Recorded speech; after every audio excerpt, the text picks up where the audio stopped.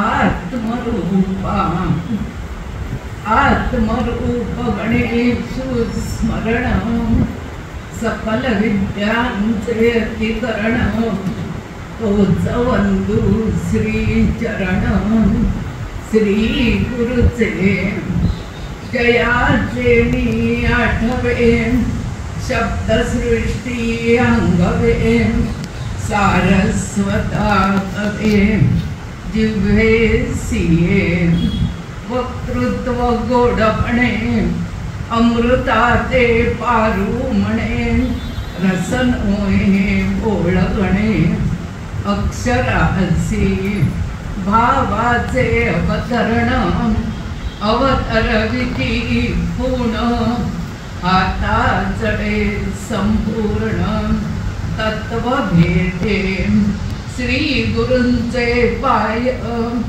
जे हृदय विवसुनी ठाय तय्ये वडे भाग्य उन्मेषासी श्री कृष्ण गोविंद हरे मुरारे हे नाथ नारायण वासुदेव प्रद्युम्न दामोदर विश्वनाथ मुकुंद विष्णु भगवान नमस्ते श्री गोपाल कृष्ण भगवान की जय संत श्रेष्ठ श्री ज्ञानेश्वर महाराज की जय श्री गुरुदेव दत्त अम्बा माता की जय काली माता की जय महाकवि कालिदास की जय।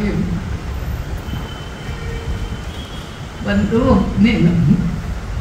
येते 3 दिवस कालिदास आख्यान आपण ऐकणार।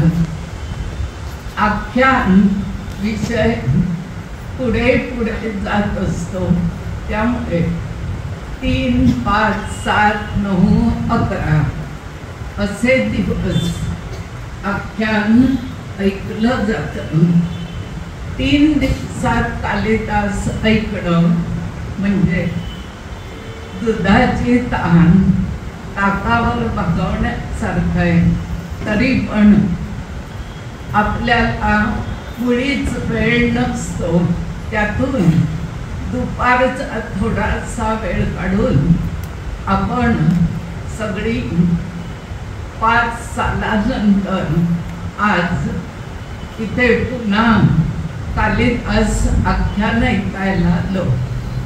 सध्या पुण्यामध्ये कालिदास महोत्सव चालू आहे, तसंच रत्नागिरीला दरवर्षी 3 दिवस कालिदास उत्सव असतो।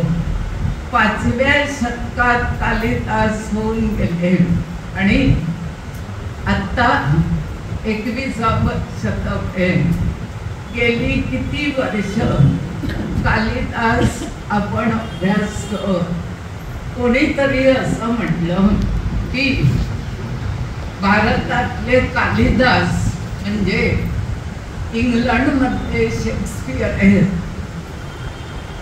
हे वाक्य मला मुळीच आवडलं नाही, कारण इंग्लंडच्या शेक्सपियरला इंग्लंडची लोक कालिदास म्हणतील का, तर नाही म्हणणार।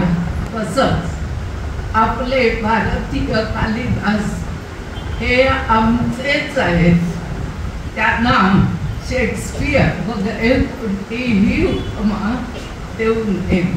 हे वेदांतातली गोष्ट सांगते आणि मग मुख्य आख्यानाची सुरुवात करते। वेदांतात असं म्हटलं, एक लाकूड तोड्या होता आणि रोज लाकडं तोडत होता, मोळी विकत होता आणि आनंदानं आयुष्य घालवत होता। प्रत्येकाचा आनंद वेगवेगळ्या गोष्टीत असतो। हा लाकूड तोड्या लाकडं तोडत असताना समोरून एक हत्ती धावत येताना त्याला दिसला। हा कळू लागला. हत्तीचा वेग आणि लाकूड थोड्या पुढे पडतोय, सगळं मनासमोर आणा. हा लाकूड थोड्या वाटेत एका विहिरीत पडला आणि पडता पडता विहिरीच्या काठावर असलेल्या वडाच्या झाडाच्या मुळांवर आदळला. ही मुळं त्यांनी गच्च पकडली आणि पाय विहिरीत लोंबकळत उभा राहिला. त्यानं विहिरीत बघितलं की 2 साप विहिरीतले फुटकार टाकत. वर बघितलं झाडावर तर मधमाशांचं एक मोठं पोळं, त्याच्यावर माशा गुंफावतायत. दोन्ही भयानक आहे. एक मधमाशी चावली तर 3-3 तास विव्हळायला होतं. साप चावल्यावर काय होत असेल याची कल्पना न केलेली बरी. आणि ज्या मुलांना त्यानं पकडले तिथे एक काळा आणि एक पांढरा उंदीर, तीच मुलं कुरतडायला तिथे धावत आले. त्यावेळी या माणसाची काय अवस्था झाली, तो वर बघितला तर मधमाशाच्या पोळ्यातून 2 मधाचे थेंब त्याच्या तोंडात पडले. मग वेदांतात असं म्हटलं की आपलं सगळ्यांचं जीवन दुःखानं भरलेलं आहे, पण 2 मधाचे थेंब कधीतरी चाखायला मिळतील, सुख मिळेल म्हणून आपण आटोकाट प्रयत्न करत असतो. सुख हे आपल्या हृदयात मुठी येतं, कारण शरीरात अख्खं शरीर तेवढं आहे आणि हृदय तेवढं आहे.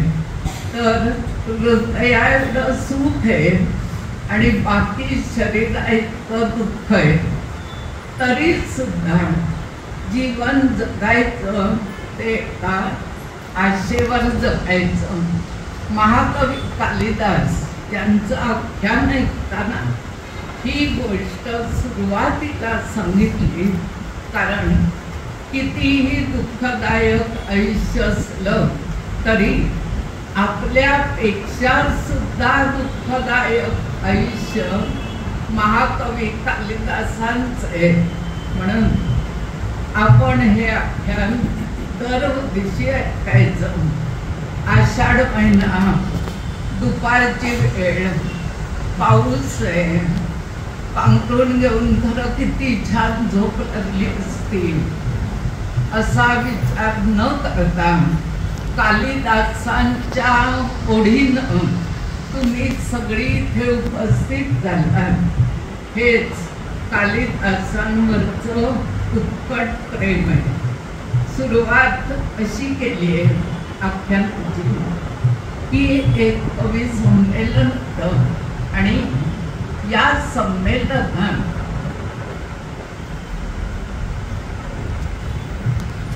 या कवींना प्रश्न विचारला, जर 5 कवींची नावं सांगायची झाली तर तुम्ही 5 प्रख्यात कवी भारतातले कोणते सांगाल? सगळ्या कवींनी पहिली करंगळी कालिदासांच्या नावानं मोडून ठेवली. असं म्हणतात 1, 2, 3, 4, 5 कालिदासांच्या नावानं करंगळी मोडून ठेवल्यावर तितक्याच दर्जाचं दुसरं नाव सभेत कोणालाही आठवलं नाही, म्हणून दुसऱ्या बोटाचं नाव अनामिका असं पडलं. अशी कालिदास आख्यानाची सुरुवात आहे. पुरा कवीनाम गणना प्रसंगे कनिष्ठिका धिष्ठित कालिदासः अद्यापि ततुल्य भवेत भावात अनामिका सार्थवती बभूव. कालिदास कवी कालिदासांच्या नावानच सगळ्यांनी करंगडी मोडायची आहे. त्याच्या पुढची नावं तुम्हाला आठवली तर आठवू दे, नाही तर पहिला नंबर यांचाच आहे. कवी कालिदास असं नुसतं न म्हणता महाकवी कुलगुरू कालिदास असं त्यांना म्हटलं गेलं. आषाढ महिन्याचा पहिला दिवस, आषाढस्य प्रथम दिवसे कवी कालिदास यांची आठवण झाली नाही किंवा त्यांची एकही साहित्यकृती आठवली नाही अशी व्यक्ती या भारतात तरी नसेल. त्यांचा संस्कृतचा इतका गाढा अभ्यास आहे की रघुवंश, शाकुंतल, मेघदूत, कुमारसंभव, ऋतुसंवाद ही नावं तुम्ही ऐकलेली असणारच. कदाचित त्यातला आशय माहीत नसेल पण ऐकलं असणार नक्की. ऋतुसंवार या त्यांच्या पुस्तकावरून दुर्गाबाई भागवत यांनी लिहिलेलं ऋतुचक्र हे तर सगळ्यांच्या घरात असेलच. कवी कालिदास म्हणजे भारताचे अभिमान आहेत. कवी कालिदासांवरून अनेक राज्यात भांडणं झाली. काश्मीरचे लोक म्हणाले कवी कालिदास आमचे, मध्य प्रदेशचे लोक म्हणाले कवी कालिदास आमचे, बंगालचे लोक म्हणाले कवी कालिदास आमचे, आणि त्यांना तुम्ही तुमचे म्हणण्याचा प्रयत्न करू नका. आम्ही महाराष्ट्रातून ते प्रवास करून गेले म्हणून आम्ही म्हणतो की कवी कालिदास आमचे सुद्धा आहे. आता नेमके ते कोणाचे, तर तुम्ही सगळ्यांनी उज्जैनी नावाचं शहर इंदूरला गेल्यावर किंवा जाताना किंवा येताना नक्कीच बघितलेलं असेल.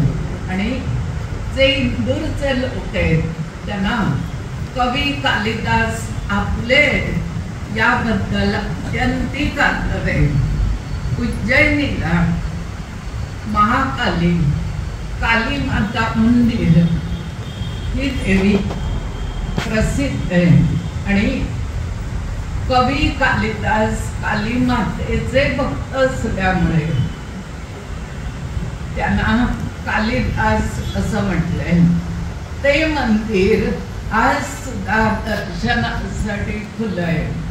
या मंदिराचं वैशिष्ट्य असं आहे की मंदिराच्या पायऱ्या आपण चढून जातो तर उज्जैनीचं कालीमाता मंदिर याच्या पायऱ्या आपण उतरून जातो. उतरून खाली गेल्यावर चौथऱ्यावर ही देवी आहे.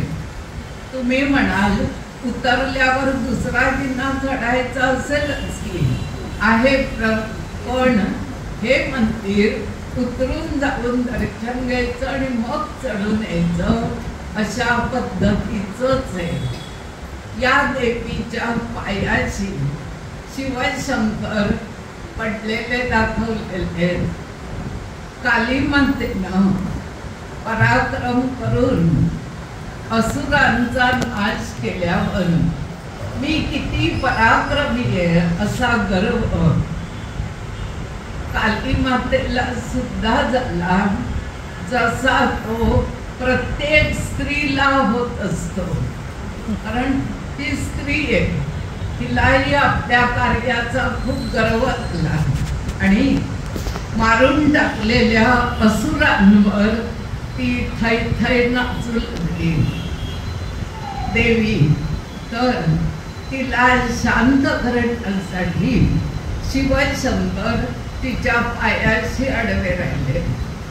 असुरांवर नाचता नाचता वाजता कालीमातेचे पाय शिवशंकरांना लागले आणि तिनं ओळखलं, अरे हे तर असुराचं शरीर नव्हे, हे आपल्या पतीचं शरीर आहे.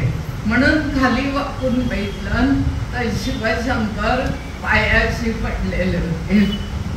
त्यांनी असं दर्शवलं की तू केलेला पराक्रम हे मी पाठीशी असल्यामुळे केलेलं आहे. तर अशी थैथय नाचू नको, थोडी भानावर ये. कालीमाता भानावर आली, शिवशंकरांना नमस्कार केला आणि होती त्या जागी गपचूप उभी राहिली.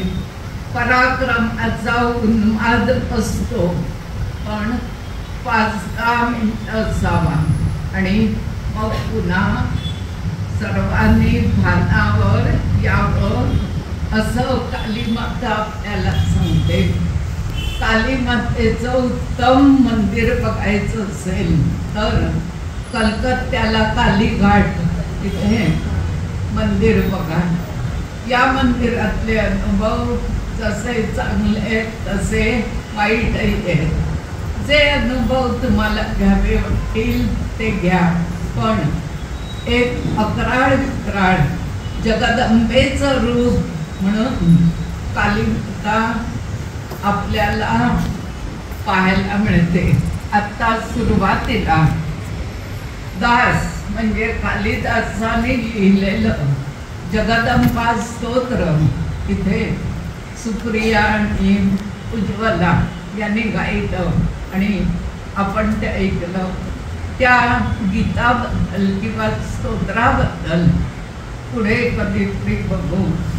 कालिदास म्हणतात, तुम्ही कितीही कार्य केलं तरी तुमच्याकडे जर नम्रपणा नसेल तर त्या कार्याचा उपयोग नाही.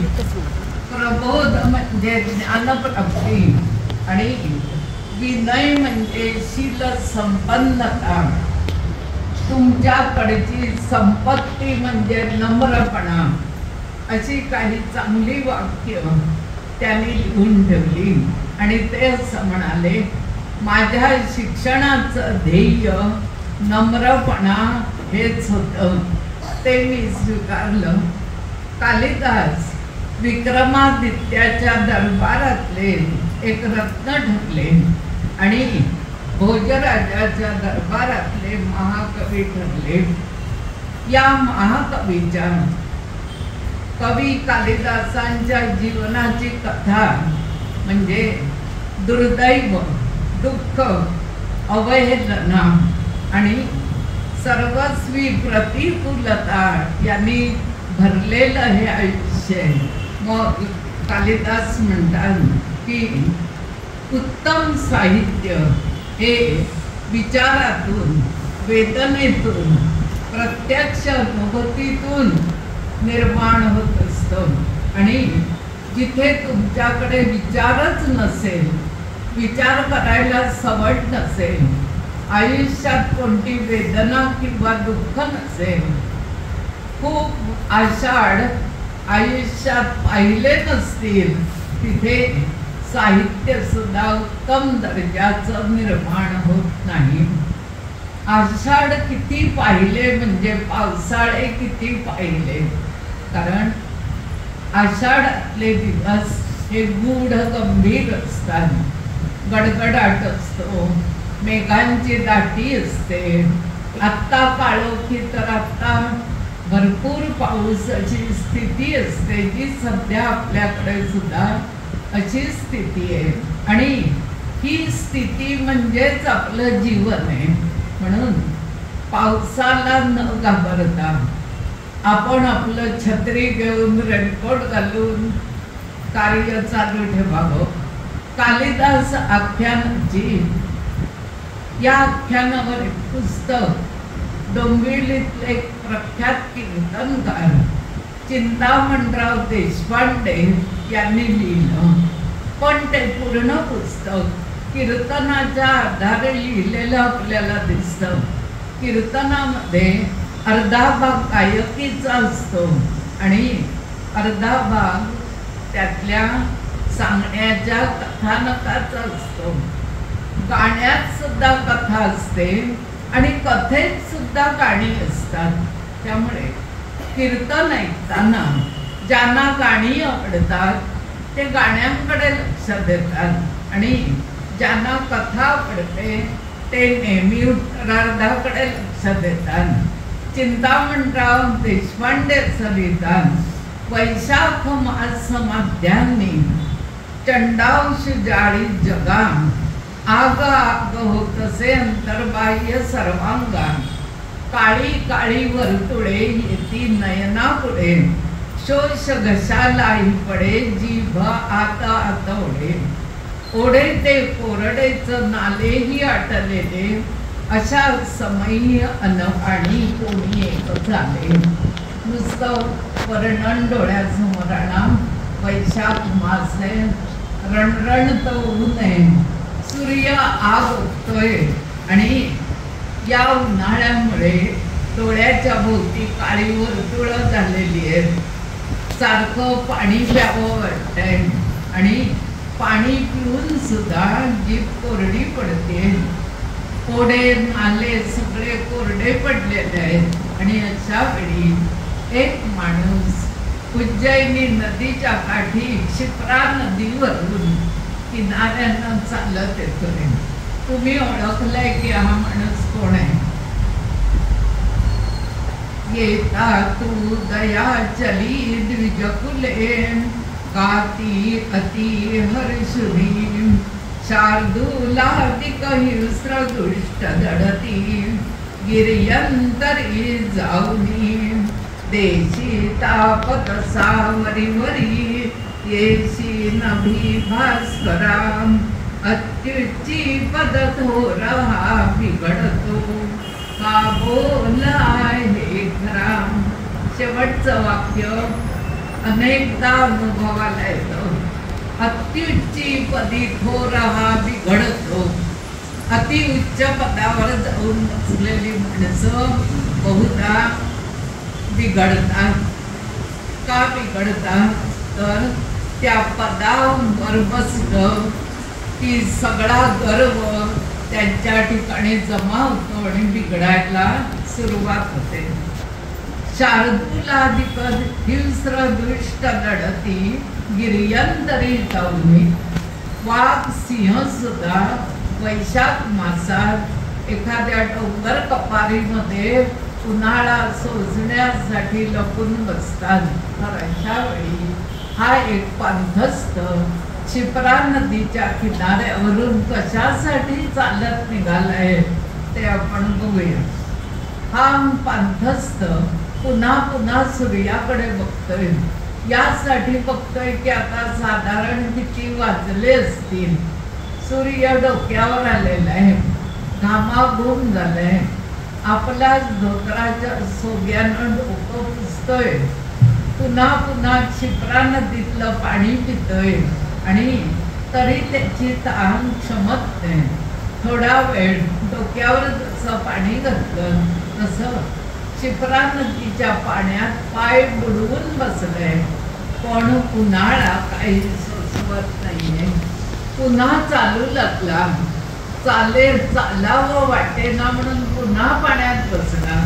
पण आता ऊन इतकं वाढू लागलं की तिथून निघाला आणि एका पिंपळाच्या पारावर येऊन शांतपणे बसला. शांतपणे बसलेला असताना दुपार आता चाललेली आहे आणि सूर्य पश्चिमेकडे निघालाय. त्याला असं दिसलं की गावातले खूप चांगले लोक याच रस्त्यानं कुठे निघाले. कारण त्यांनी असं म्हटलं, महाजनो येन गदास पंथा, पोशाखावरून माणूस ओळखावा असं म्हटले. या सगळ्यांचा पोशाख कसा आहे तर पांढरा शुभ्र आहे, करवत काठी धोतर आहे, बाराबंदी घातलेले आहे, अंगावर उपरण आहे, त्यांचा रुमाल सुद्धा पांढरा आहे आणि हाकेमध्ये प्रत्येकाच्या कोणतं ना कोणतं ग्रंथ किंवा पुस्तक आहे. म्हणजे ही माणसं पंडित लोक असावी असं या वाटसरूला वाटलं. आणि मग या आख्यानामध्ये असं म्हटलं की पोशाखावरून माणूस ओळखावा. आजकाल ही संधी राहिली नाही. तरी सुद्धा एक दोन उदाहरणं सांगून हॉस्पिटलमधली नर्स ओळखता येते, शाळेचा विद्यार्थी ओळखता येतो, कोर्टातला वकील ओळखता येतो. अशी काही उदाहरणं आज शिल्लक राहिली. पण पूर्वीचे शिक्षक कसे होते तसे शिक्षक आज दिसत नाही.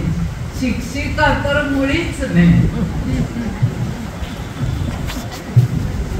सगळ्यांचे पोशाख बदललेले आहेत आणि पोशाखाच्या तऱ्हा इतक्या झाले की तुमचा व्यवसाय आणि तुमचा पोशाख याचा काही दरबंद राहिला नाही.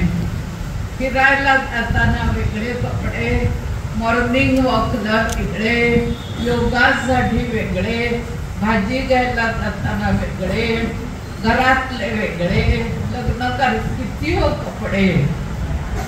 त्यामुळे पोशाखावरून माणसाची ओळख होत नाही. असं 1500 वर्षानंतर काळ आला. हा माणूस बसलाय आणि इतके महाजन कुठे निघाले तसा प्रश्न त्याला पडला. त्यांनी शेवटी एकाला विचारलं की तुम्ही सगळे कुठे निघालात. त्या पंडित माणसानं या वाटसरूला दरडावलं की आम्ही उज्जैनी नगरातले पंडित आहोत आणि भोजराजाच्या दरबारात आज पंडित सभा आहे. 1050 पंडित आज सभेला उपस्थित राहण्यासाठी आम्ही निघालोय.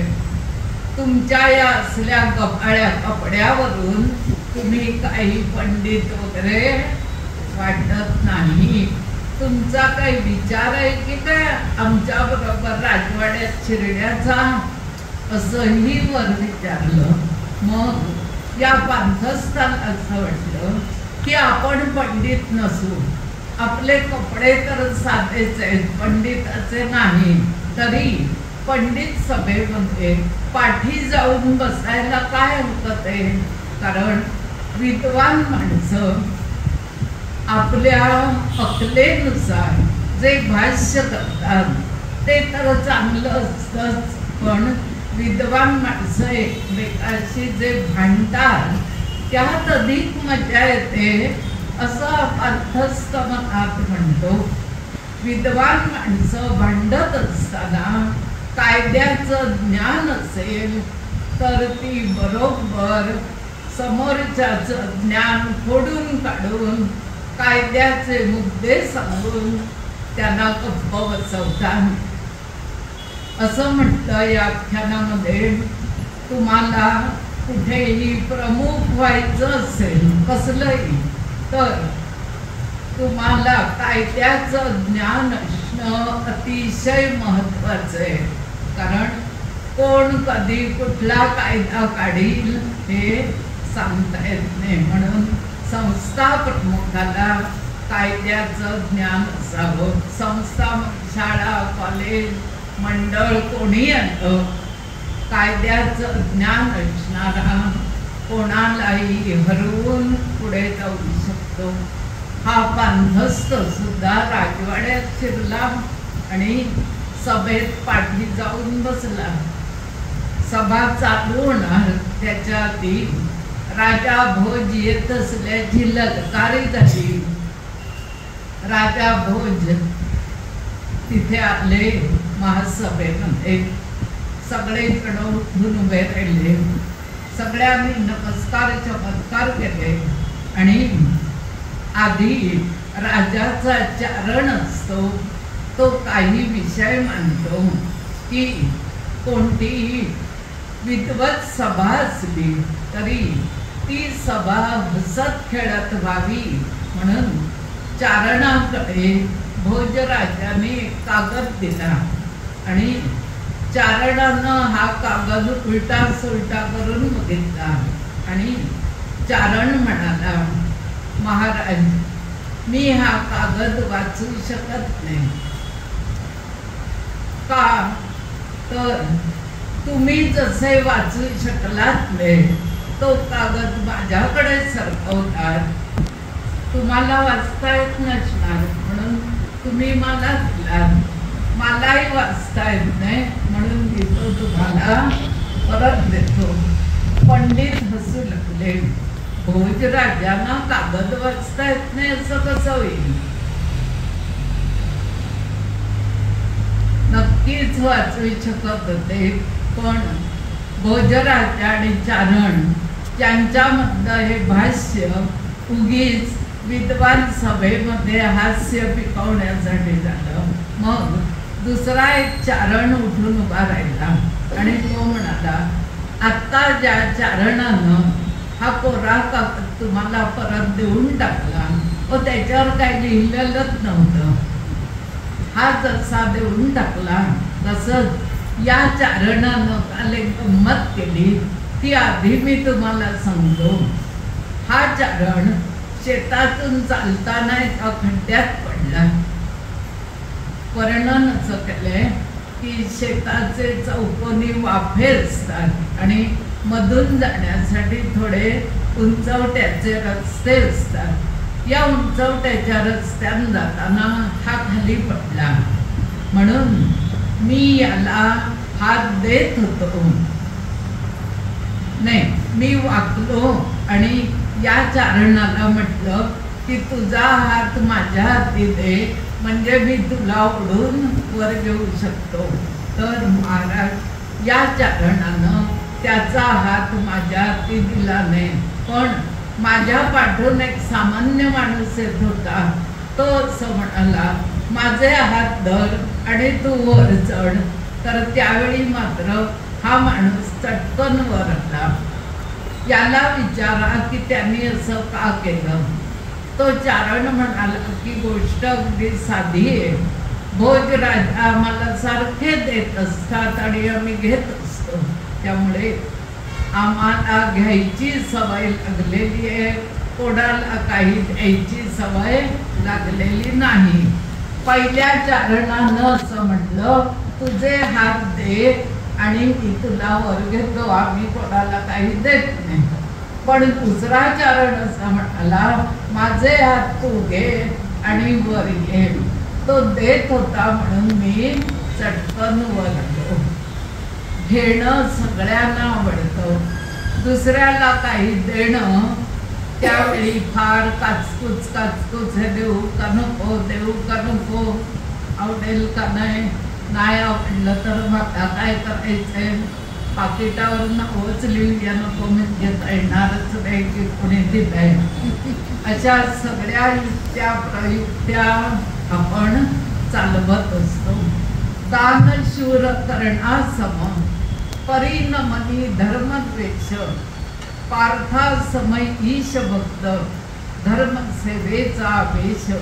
असा आवेश अधेमध्ये कोणाला ना कोणाला येत असतो. आता भोजराजा म्हणाले, विद्वत सभेत गंमत जम्मत झाली, पण गेल्या 2 महिन्यापूर्वी तुम्हाला एक कूट प्रश्न दिला होता, त्याचं उत्तर कोणी सांगू शकताय का? सगळ्या 1050 लोक आहेत, सगळ्यांची मान खाली झाली. विद्वत सभेत आम्हाला बोलवल्याचा आनंद आहे, पण समस्या मात्र सोडवू शकत नव्हते. सगळ्यांच्या माना खाली आहेत बघितल्यावर पाठी बसलेला पांथस्थ पुढे आला आणि त्यांनी हात वर केला की भोजराजा, तुम्ही काय समस्या आहे ती मला सांगा, मी ती सोडवण्याचा प्रयत्न करतो. भोजराजा आपल्या सिंहासनावरून उठले आणि त्याला हात देण्यासाठी, मधल्या रांगेतून आणण्यासाठी त्यांनी त्याला बोलावलं. त्याला हात दिला आणि व्यासपीठावर आणलं. आपलं राजसिंहासनाच्या जवळ एक सिंहासन ठेवायला सांगितलं आणि सगळी विद्वत सभा राजाच्या या करण्यावर खिखी हसू लागली. काय ध्यान आहे, दिसायला तर पंडित वाटतच नाहीये, आता असायला कसं आहे बघूया. वरम दरिद्रा श्रुतिशास्त्र पारगो नचापि मूर्खा बहुरत्न मंडिता. कपड्यावरून माणसाची परीक्षा करू नका. पुढे म्हटलं नख शिकांत भूषण जनीवरी विद्या नाही जना नरा. काय करावे अशा नराला महत्व द्यावे किती खरा. नख शिकांत भूषण, सगळी आभूषण घातलेली आहेत, उत्तम कपडे, पण विद्या हे धन नसेल तर खराचा अर्थ दिलाय गाढव, तर ती व्यक्ती गाढवा समान आहे. विद्या किती महत्वाची आहे सांगताना हे सांगितलं. भोज राजा त्या माणसाला आपल्या जवळ बसवून घेतात आणि म्हणतात विद्वत्वं च नृपत्वं च नैव तुल्य कदाचन. स्वदेशे पूज्यते राजा विद्वान सर्वत्र पूज्यते. तुम्ही घाबरू नका. तुमचा पोशाख कसा आहे तर आपण तुम्हाला दुसरा पोशाख देऊ, तुम्हाला दागदागिने देऊ, पण तुमच्याकडची जी विद्या आहे, तुम्ही एवढ्या विद्वत सभेमध्ये हात वर करून सांगितलं 2 महिने कुणालाही ज्या प्रश्नाचं उत्तर देता येणार नाही ते तुम्ही लगेच देऊ म्हटलं म्हणून इथे बसवलं. प्रश्न काय विचारलं त्या माणसानं आणि प्रश्न असा होता कुंती सुतो रावण कुंभकर्णः. 5 शब्द होते. कुंती सुतो रावण कुंभकर्णः. अरे वेगवेगळ्या ग्रंथातली वेगवेगळी कॅरेक्टर आहेत. कुंती लगेच त्याने सांगितलं का पांडुपत्नी, त्याचं उत्तर आहे कुंती. सुतो ग्रहभूषणम किम, घराचं भूषण कोण तर आपला शीलवान मुलगा हे भूषण. को रामशत्रू रावणा. किम अगस्ती जन्मः कुंभा. को दानशूरा कर्णः. आणि किम विपरीत पृच्छा कुंती सुतो रावण कुंभकर्णः. या पांथस्थानं सांगितलं 5 प्रश्नाची उत्तरं एकत्र करून तुम्ही हा गूढ प्रश्न विचारला. या प्रत्येक शब्दाला काहीतरी वेगळं महत्व आहे. भोजराजा अतिशय खुश झाला. त्यांनी या पांथस्थाला आलिंगन दिलं. मध्य प्रदेशात ही पद्धत खूप आहे. भेटला की आलिंगन, भेटला की रेल्वे स्टेशनवर सुद्धा भेटलं की लगेच आलिंगन, असं चालू असतं. प्रत्येक राज्यातल्या काय काय पद्धती आहेत. आपण थोडं दूर राहणारी माणसं, मी माझ्या हात जोडतो, तू तुझे हात जोड, राम राम, हो की नाही. अरे ना एकदम कोणाच्या जवळ किती जायचं आणि मिठी मागायची, याला कुठेतरी आपल्याकडे संस्कृतीचं बंधन आहे. 2 बहिणी असतील, बहीण भाऊ आहे, आई खूप दिवसांनी भेटली, वडील भेटले तरी अशी मिठी मारायची आपल्याकडे पद्धत नव्हती. मैत्रीण भेटली मिठी मारला तर करते, शेजारणीला इतकी मिठी कोणी मारत नाही.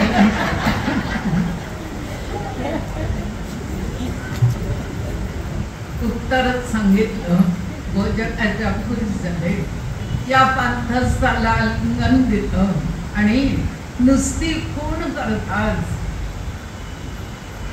एक जण एक मोठी सोन्याची थाळी, त्याच्यात सुंदर कपडे, मोत्याचे दागिने घेऊन आला आणि राजानं खून केली, याच्याबरोबर तुम्ही आतल्या खोलीत जा आणि हे कपडे घालून बाहेर या. तयारच होते कपडे बिपडे सगळं. 12 बंदी वस्त्र असेल, 12 त्याला बंदे. कोणालाही ते होतं जरा गच्च बांधून घ्यायचं. आत काही नाड्या असतात आणि काही बाहेर असतात, सगळं माहीत असायला.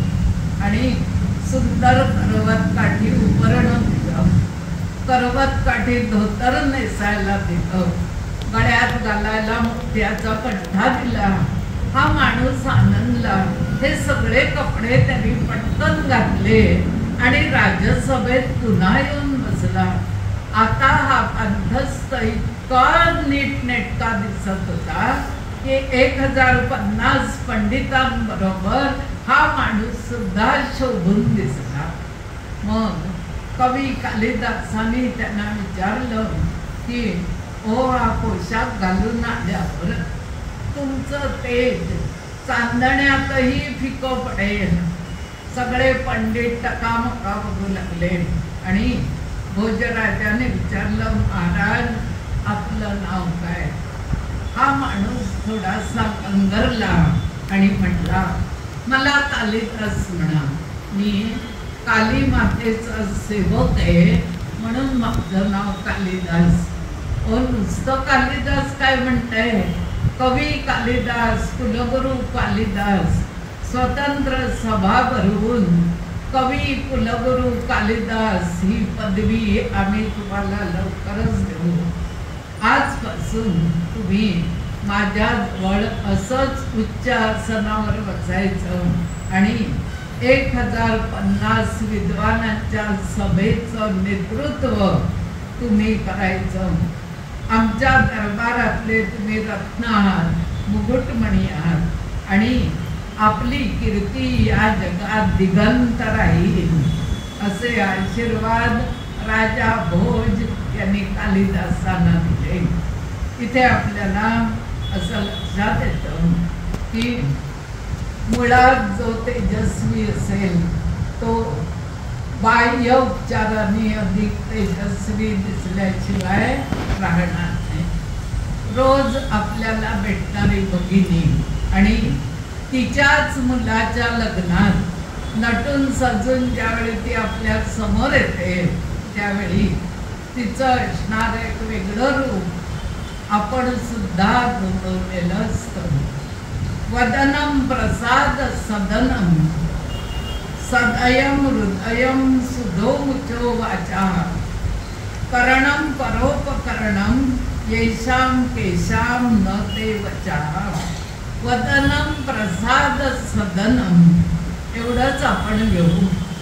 एखाद्याचा चेहरा ही माणसाची ओळख आहे आणि हा चेहरा जर प्रसाद रूप असेल, हृदयामध्ये दुसऱ्याबद्दल दया असेल, जिभेवर 2 गोड शब्द असतील आणि ज्याची कृती परोपकारार्थ असेल त्या तो वंदनीय ठरल्याशिवाय राहणार नाही.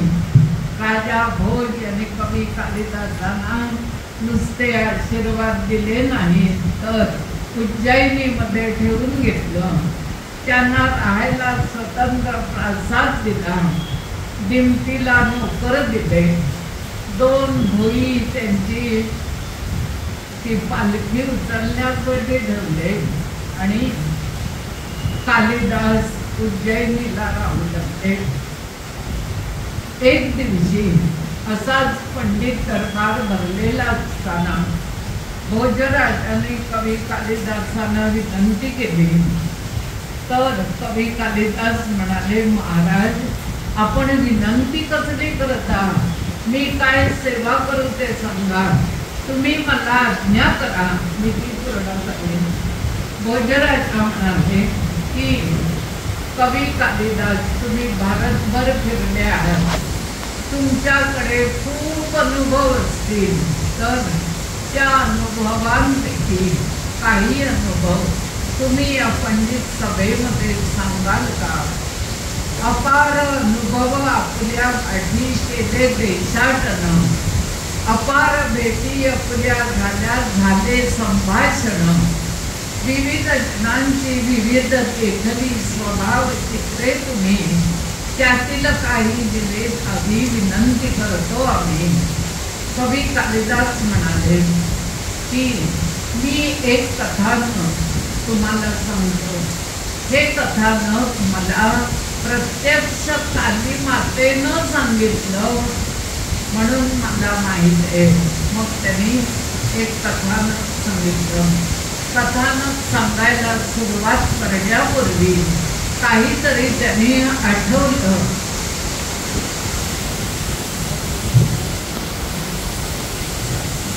आणि आपल्या उपरण्याला डोळे फुटले, सांगायला सुरुवात केली की विद्वज्जनो, ओम नमो भगवते वासुदेवाय. हे म्हणताना सुद्धा त्यांचा आवाज कातर झाला. कालिदासांबद्दल आपण ऐकतोय आणि बाहेर धो पाऊस पडतोय. कदाचित कवी कालिदास सुद्धा आपलंच आख्यान ऐकण्यासाठी या ढगांच्या पावसाच्या निसर्गाच्या रूपाने या नैसर्गिक अशा सभागृहामध्ये पाठी नका बसू कालिदास, पुढे येऊ कसा, अशी कोण नाहीये.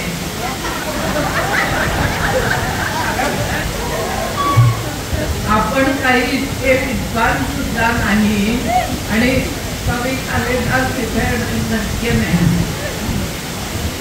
काल आज उद्या पुण्याच्या संमेलनात कालिदासांवर कविता गाण्यासाठी 75 लोकांनी उपस्थिती लावली आणि 5 मोठे वक्ते कवी कालिदासांवर पडणार आहेत.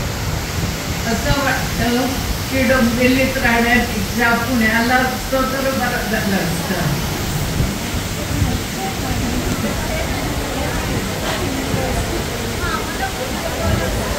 जाऊया की नाही. या माणसानं एक कथा सांगायला सुरुवात केली. पाठी ऐकू येते. या माणसानं असं म्हटलं, एक कथा मी तुम्हाला सांगतो की कालीमातेनं मला सांगितली म्हणून ती खरी आहे असं तुम्ही समजा. पुत्र जन्मोत्सव दुःखद झाला, ऐकिले का कधी, कथा आठविता गलबलते हृदी, वाढते मनी आधी. आपल्याला मुलगा झाला ही बातमी ऐकणारे वडील कधी दुःखानं अश्रू पुसतील का हो? जर त्याने डोळ्याला रुमाल लावला तर ते आनंदाश्रूच असतील. पण असा एक मुलगा जन्माला आला, तो आल्यानंतर आई आणि वडील दोघांनाही रडू आलं. कथा अशी दिली, एकतरी ब्राह्मण आहे आणि अयाचित वृत्तीनं ही दोघं राहतायत. अयाचित वृत्ती म्हणजे आपलं कामधाम आटोपल्यावर कोणाच्याही घरी अचानक जायचं आणि त्यांनी दिलेलं अन्न खाऊन समाधान मानायचं, अशी दोघांची स्थिती आहे. आणि एक दिवशी सकाळी पत्नी ब्राह्मणाला सांगते की आपल्या घरी एक नवा जीव जन्माला येणार आहे. वडील अक्षरशः दुःख करू लागतात की कोण हा पापी जीव आहे की तो आपल्या घरी जन्माला येणार. म्हणजे तो पापी तर आहेच आणि आपल्या घरी येऊन आपल्यासारखी शिक्षा त्याला सुद्धा भोगावी लागणार. कारण पुरेसं अन्न पाणी नाही. त्या घरात हा जीव कशाला जन्माला येतोय. पण जन्माला येणारा जो जीव आहे तो कुठे येणार, कोणाच्या पोटी येणार हे काही माहीत नसतं.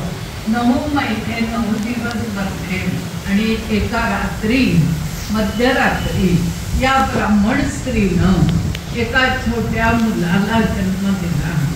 तिला फक्त नवरा असं म्हणाला की मुलगा झालाय, तर ती नवऱ्याला म्हणाली आपण या मुलाला अजून कष्ट करून वाढवू, मोठा करू आणि हा विद्वान पंडित झालेला मला पाहायचंय.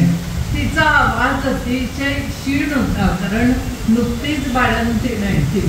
आणि नवरा तिला म्हणतो तुला असं वाटत असलं तरी मी मात्र या पोराला तुझ्या साडीच्या तुकड्यामध्ये बांधून पिंपळाच्या पारावर नेऊन ठेवणार आहे. याचं वाक्य पूर्ण व्हायच्या आत या बाळंतीच्या तोंडाला शोष पडला आणि तिने प्राण सोडला.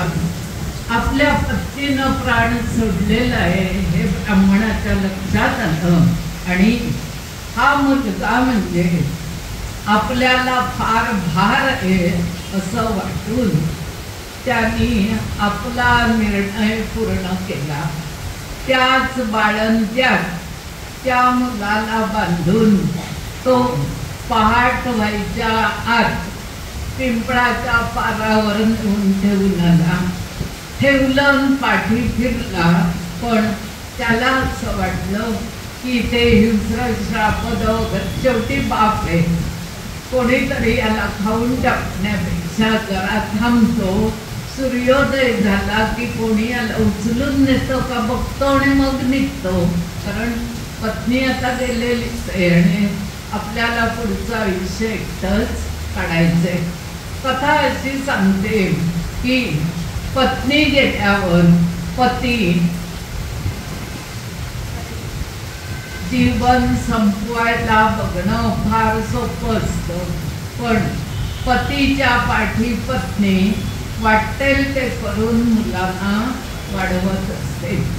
दुसरी गोष्ट की हा सूर्योदय होईपर्यंत तिथे झाडाच्या आड राहून बघत राहिला आणि एक मेंढपाळ बाई, तिचा नवरा आणि कुत्रा खूपशी मेंढरं हाकत हाकत तिथून निघालं आणि पिंपळाच्या पारावर ठेवलेल्या बाळानं टाहो फोडला. सगळ्या घटना अशा सिनेमामधल्या असतात ना तशा घडत असतात. बाळाचं रडणं ऐकून या मेंढपाळ स्त्रीनं त्याला अलगद जवळ घेतलं. मुलगा आहे म्हटल्यावर तिला इतका आनंद झाला की आजपर्यंत आम्हाला दोघांना मुलं हवं होतं, तर जणू काही परमेश्वरानं आपल्याला बाळ पाठवलंय. ती अतिशय आनंदानं त्याला आपल्या घरी घेऊन गेली आणि हा ब्राह्मण माणूस पुन्हा आपल्या झोपडीत येऊन आपल्या बायकोचं उदवतोई आटपून आपलं कसं बसं जीवन जगू लागला. या बाईला, मेंढपाळ बाईला सुद्धा असं वाटलं हा इतका चांगला मुलगा, गोरा पान आहे, प्रकृती छान आहे, हा मुलगा पिंपळाच्या पारावर कोणी पापी माणसांना आणून टाकला असेल. आमच्या घरी सुद्धा 18-20 दारिद्र्य असलं तरी आम्ही आता कसंही करून वाढवू, मेंढीचं दूध पाजू, आपल्या बरोबर सगळीकडे फिरवू आणि जिथे जन्म होतो तिथे शेवटी कोणी ना कोणी वाढवणारं भेटतं. आजूबाजूच्या मुलांना इतका आनंद झाला की आपल्याला एक खेळगडी मिळाला. हा मुलगा दिवसा माणसे वाढू लागला आणि त्याच वेळी जसं आपल्या TV वर 5-5, 6-6 कथानक एकमेकात गुंफलेली असतात, सारखं लक्षात ठेवायचं. काल त्या घरात काय झालं, आज आता या घरात काय, उद्या दोघांचं मिळून काय, आणि ती 2 सिरियल पुन्हा एकत्र येऊन त्यांचं इतकं जंजाळ डोक्यात होतं ना. इथे एक दुसरं उपकथानक सांगते आणि मग दोघांची सांगड झाली. हा मुलगा जंगलात वाढत होता आणि मुलं जन्मली की आपोआप वाढतात असं त्या आई वडिलांचा समज होता. जन्मदात्या बापाचा समज काय होता, हा पापी जीव इथेच का जन्माला आला. आणि मेंढपाळ बाईचं म्हणणं असं होतं की मुलं जन्माला आली की निसर्गात आपोआप दोनात फरक आहे विचारात, आपोआप वाढतात. तसं तो मुलगा मेंढपाळ समाजामध्ये आपोआप वाढत होता. त्याच वेळी त्याच राज्यातल्या राजाची कन्या, त्या राजाचं नाव दिलं नाही, पण राजाच्या कन्येचं नाव आहे चंपककलिका, म्हणजे सोनचाफ्याची कळी. चंपककलिका ही राजवाड्यामध्ये वाढते, एकुलती एक आहे. तिला सगळं शस्त्रविद्या, अस्त्रकला सगळं काही शिकवलेलं आहे आणि तिच्या बरोबर खेळायला कोणी नाही. म्हणून त्याच राजाच्या प्रधानाचा मुलगा चुडामणी हा तिच्या महालात येऊन कधी मधी खेळत असे. अशी दोघं खेळत खेळत आता मोठी झालेली आहेत आणि चुडामणीला असं वाटू लागलंय की आपण चंपककलिकेशी लग्न करावं. तुम्हाला आता असं वाटेल की कालिदासानं त्या लहान बाळाबद्दल सांगता सांगता मध्ये ती चंपककलिका कुठून आली, तर चुडामणी आणि चंपककलिका वाढत आहेत, तरुण झाली आहे. आणि एक दिवशी चुडामणी चंपककलिकेला एका झाडाच्या खाली भेटण्यासाठी इशारा करतो की तू इकडे ये, मला तुला काहीतरी सांगायचंय. म्हणून ती पटकन त्याच्याजवळ येते आणि म्हणून त्याच्या मनी प्रेम फुलले, गमे तिच्याही मनी ते बहरले, अशी गोष्ट ती कल्पना अंतरात उपदे तरंगे सुखसागरात. चुडामणी अगदी सुखसागरात तरंगतोय. त्याला असं वाटतंय की मी म्हणेन आणि राजकन्या लगेच होय म्हणेन. मनातली प्रेमभावना कसं सांगू असं सांगत असताना, वाटत असताना चुडामणीनं चंपककलिकेला म्हणलं की मला तुझ्याशी मला काहीतरी बोलायचंय. चंपककलिका म्हणाली, या झाडाखाली बोलण्यापेक्षा आमच्या राजवाड्यात चल आणि महालात बोल. म्हणून ती त्याला आपल्या महालात घेऊन आली आणि तिथे आल्यावर ततपप करत, सोपं नसतं बरं असलं काही सांगणं वगैरे, कसं तरी एकदा त्यानं आपल्या मनातली कथा तिला सांगितली.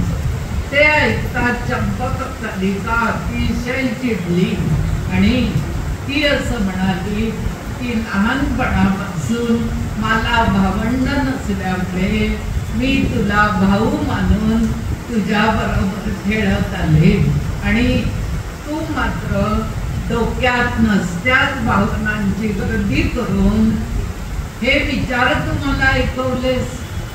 मला अजिबात अशी कल्पना नव्हती आणि मी तू जे काही आता सांगितलंस त्याच्या संबंधात कधीही हो म्हणणार नाही. उलट तुला जिवंत माझ्या या महालातून जायचं असेल तर तू लगेच निघून जा, नाहीतर माझ्या दासी करवी तुला झोडपून काढून तुझ्या घरी नेऊन पोचवीन. शेवटी चुडामणी काही न बोलता तिथून निघून गेला.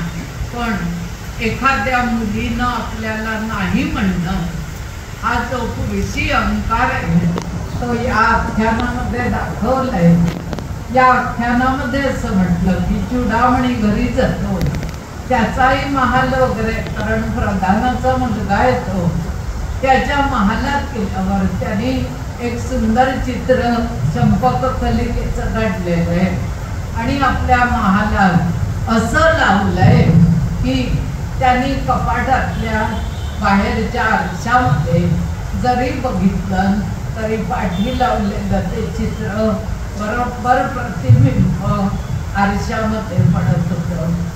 चुडामणी घरी आला आणि सहज आरशात लक्ष गेलं. द्विधा मन असतात त्यावेळी आरशात पुन्हा पुन्हा बघावंसं. कोण कोण मांडलं होते हो. इथे बसलं ना की खूप श्रोत्यांचे हावभाव मजा वाटत असते. तुम्ही कधी 5-10 मिनिटे इथे बसून काय नाही काय सांगण्याचा प्रयत्न करा. लगेच मांडलं होते सारखं आरशात बघावंसं वाटतं. चुडामणी घरी आला, आरशात बघितलं आणि ते चित्र आरशात त्याला दिसलं. चंपक कलिका. त्याबरोबर मनातला अपमान असा काही जागा झाला की उजव्या हातात त्याने सलकडी घातलेली होती. सलकडी हा मनगटात घालायचा काहीतरी जोरदार दागिना असावा. सलकडी आरशावर मारल्याबरोबर आरसा फळकन फुटला. आरसा फुटला पण पाठचं चित्र अजून तसंच होतं. म्हणून ते चित्रही त्याने काढलं आणि बारीक तुकडे करून फेकून दिलं. त्याला असं वाटलं की माझ्यासारख्या मुलाला तू नकार देतेस तर तुला या जगातला कोणता सुंदर नवरा मिळतो ते मी सुद्धा बघतो.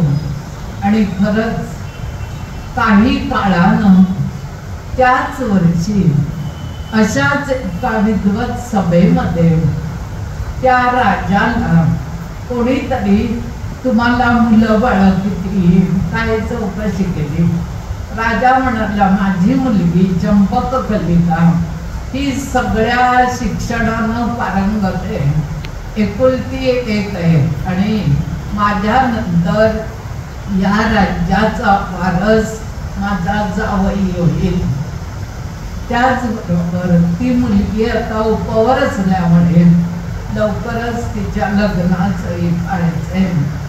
कन्या करुणी धन्या शेवटी दान्या असे पुन्हा अन्या. कन्या ही जायाची न ठेवायची रीत जगन्मान्या. हे तो राजा सांगतोय. एकुलती एक असली तरी मुलगी आहे ती काही घरात ठेवण्याची वस्तू नाही. कधी ना कधी ती सासरी जायचीच म्हणजे लग्न करायलाच हवं. आणि या संधीची वाट चुडामणीचे वडील बघतच होते. चुडामणीचा झालेला अपमान प्रधानाला सुद्धा सहन झाला नव्हता. राजानं या प्रधानाला बोलवून घेतलं. पूर्वी राजकन्यांचे विवाह हे प्रधान लोकच ठरवत असत.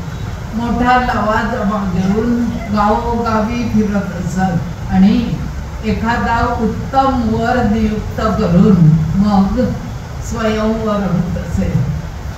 चुडामणीचे वडील म्हणजे या राज्याचे प्रधान. त्यांचं नाव सुद्धा विनायक शास्त्री असं दिलंय. विनायक हे गणपतीचं नाव आहे. विशेष नायक तो विनायक. आणि या विनायक शास्त्रींकडे संक्रांत शास्त्री म्हणून एक विद्वान पंडित त्यांनी ठेवले होते की काही सल्ला असेल तर संक्रांत शास्त्रींना विचारायचं. ज्या माणसाचं नावच संक्रांत आहे तो पुढे काय दिवे लावणार हे वाचणार त्याच्या लक्षात येईल. या प्रधानाला राजानं बोलावलं. चंपक कलिकेचं लग्न करायचं. तुम्ही लवाजमा घेऊन जा आणि एखादा उत्तम वर हिच्यासाठी शोधून आणा. तो घर जावई झाला तर मला आनंदच वाटेल हे सांगून ठेवलं. आणि प्रधानानं घरी येऊन ही गोष्ट सांगतात चुडामणी वडिलांना म्हणाला की या मोहिमेवर मी स्वतः जातो. चंपक कलिका ही मला बहिणीसारखी आहे. लहानपणापासून आम्ही खूप खेळलोय, एकत्र राहिलोय, शिकलोय. तिच्या आवडी निवडी मला अतिशय माहीत आहेत. तुम्ही आता वयस्क झालंय तर तुम्ही राज्यात राहा आणि मी या मोहिमेवर संक्रांत शास्त्रींना घेऊन जातो. या प्रधानाला सुद्धा बरं वाटलं की हा तरुण मुलगा तिच्या आवडीचाच वर निवडून आणीन. आणि चुडामणी, संक्रांत शास्त्री आणि सगळा लवाजमा गाव गेला. एका खेडेगावामध्ये एक मुलगा झाडावर बसलेला होता आणि ज्या झाडावर फांदीवर बसलाय तीच फांदी तो कोयत्यानं तोडत होता. तो हा मुलगा तोडत होता. चुडामणीला असं वाटलं हा वेडा चंपक कलिकेसाठी अगदी योग्य आहे. म्हणून त्या मुलाला चुडामणी म्हणाला की ज्या फांदीवर तू बसलायस तीच फांदी तोडणार तर तू खाली नाही का पडणार. तर तो मुलगा म्हणाला मग त्यात काय झालं. त्याने असं उत्तर दिलं, पड झड माल वाढ. जे सारखं पडतं झडतं ते चांगलं वाढतं. लहानपणी फार भाऊ करून ठेवलेली मुलं पुढे त्यांना सहनशक्ती नसते. झाड फुटलं, फांदी तुटली, मी खाली पडलो, मला काही होणार नाही. आता चुडामणीनं लक्षात घेतलं की हा माणूस चंपक कलिकेसाठी नवरा म्हणून योग्य आहे. लगेच ठरवून टाकलं आणि हा माणूस गरीब दिसतोय असं त्याच्या लक्षात आलं. गरीब असेल तर चांगला पोशाख देऊ, 2-4 दागिने घालू, चांगल्या फडावा घालू आणि सुंदर घोड्यावर बसून याला गावात नेऊ. तू कोण आहेस, कसा आहेस. तर हा एक मेंढपाळ असून एका झोपडीत राहत होता. त्याच्या आई वडिलांना 10 मोहरा चुडामणीनं बक्षीस म्हणून दिल्या. 10 सोन्याच्या मोहरा बघताच आई वडील अतिशय आदरले, कारण सोन्याची मोहर त्याने कधी बघितलीच नव्हती. हा मुलगा बोलायला लागल्यावर राजपुत्र नाही हे राजा नक्की ओळखेल हे पण चुडामणीनं ओळखलं.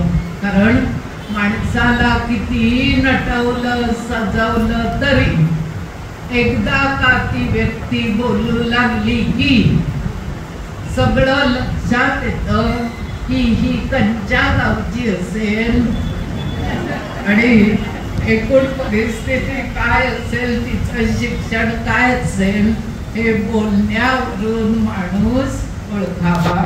मी खूपदा हे उदाहरण सांगितलेलं आहे. चहा ठेवलाय, चहा देते, चहा करते, चहा मांडलाय. कुठच्या गावची आहे तुम्ही ओळखता. चहा घेऊन चालला असाल की काही चहाची वेळ आहे का. यावरून माणूस कुठच्या गावचा आहे ओळखता येतं. आई वडील मेंढपाळ त्याची मंडळी सगळ्यांना एक मोहरा भेट दिली. 18 माणसांना कपडे दिले, मोत्याचे दागिने घातले, सगळ्यांना बऱ्याचशा चपला वगैरे दिल्या आणि एक घोडा सजवला. या घोड्यावर त्या मुलाला बसवलं जो फांदी तोडत होता. त्या मुलाला घोड्यावर बसवलं आणि एखाद्या राजपुत्रासारखं सजवलं. आख्यानं तसं म्हटलं, चुणीदार पैजमा, तलम अंगरखांगी, अर्थ सांगणार नाही पडतोय. झोपदार शिरपेच बांधला दिसला बहुरंगी. अंगरख्यावर मखमली जाकीट, त्यावर नक्षी छान. हिरे माणके पाचू रेखीव, माळ गळ्यात महान. चढाव पायी मखमली, नाजूक वेलबुट्टी त्यावरी. कमरेला तलवार खोचली, बसला विश्वावरी. झोपदार आणि नोपदार तो राजपुत्र सजवला आणि मदनही त्या पुढती सानतो दिसला. मेंढपाळ मुलाला इतकं सजवून राज्याच्या वेशीवरती आणलं आणि राजा राणीला महालातून व्याही विहीण भेटीसाठी बोलवलं. नगरजनांनी गर्दी केली. सगळी जण घोड्यावर बसलेल्या या जावयाला बघून खुश झाली. वा, जावई छान आहेत, जावई छान आहेत. त्या काळी राजकन्यांचे विवाह असेच अमात्य ठरवत असत. त्यामुळे गावातल्या लोकांना काही विशेष कळलं नाही. तसंच हा विवाह सुद्धा प्रधानानं ठरवलाय, चांगलाच असणार. राजा राणी सुद्धा आनंदित झाली. विवाह थाटामाटात झाला. मेंढपाळ मुलगा आणि चंपक कलिका. वराडी मंडळी परत गेली. 10 मोहरात आणि किती करणार, ती परत गेली. आणि आता फक्त नवरदेव तो घोडा एवढीच उरली. नवरदेवाला थाटामाटात राजवाड्यात आणलं आणि राजकन्या चंपक कलिका या मेंढपाळ माणसाची पत्नी झाली. या सगळ्याला कारण तिचा मित्र चुडामणी आणि प्रधान विनायक शास्त्री. त्यांचे एक मदतनीस संक्रांत शास्त्री. या सगळ्यांनी हा डाव रचला. दोघांचं लग्न झालं. तो राजवाड्यात आला. ती सासरी गेलेली नाही. हे आख्यानातला विशेष भाग. आज 1500 वर्षांनी सुद्धा आपल्याला असं अनुभवायला येऊ लागलंय की मीच का सासरी जायचं, त्यांनी का सासरी यायचं नाही.